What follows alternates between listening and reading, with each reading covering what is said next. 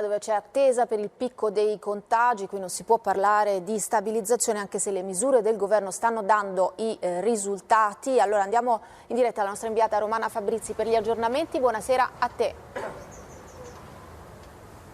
Buonasera da Napoli, siamo davanti all'ospedale Cotugno, sono 2.231 i casi in Campania, 148 morti, questo dall'ultimo bollettino, ma un nuovo bollettino dovrebbe uscire dopo le 22.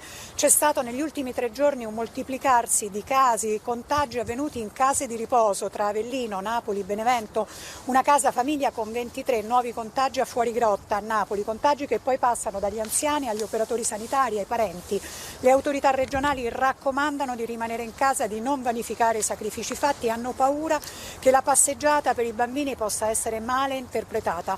Intanto sono moltissime le iniziative di solidarietà anche per i più piccoli, come l'attività dei maestri di strada per stare vicino ai bambini. Vediamo il nostro servizio e poi linea allo studio. Quindi su questa base i ragazzi poi iniziano a provare a rappare sopra. Un rap, la sfida lanciata da Claudia, le rime in tempi di coronavirus arrivano dai bambini, dai ragazzi in quarantena.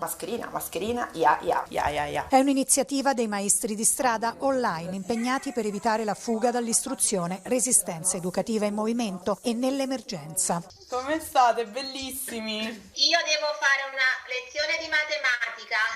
Dobbiamo spiegare multipli e divisori. I visi dei ragazzi connessi ad ascoltare gli insegnanti. I compiti sono un veicolo però per fare anche altro. Basta andare sui social, cercare Coronauti, Facebook, YouTube, blog e c'è musica, poesia, arte e teatro. Ciao bambini, oggi vi narrerò la fiaba di questo ragazzo fiero. In questo caso i più grandi leggono le favole, ai più piccoli c'è spazio per un'infinità di tutorial, pacchi con colori, acquarelli, tablet consegnati nelle periferie per chi non ha internet e trasmissioni su web radio. Li chiamiamo anche in diretta, ragazzi, quindi facciamo compagnia e loro fanno compagnia a noi. Sara, Silvia e Mena, tra i 50 operatori al lavoro, ricordano che così si parla finalmente di come si vive e si è insieme di fronte alla paura.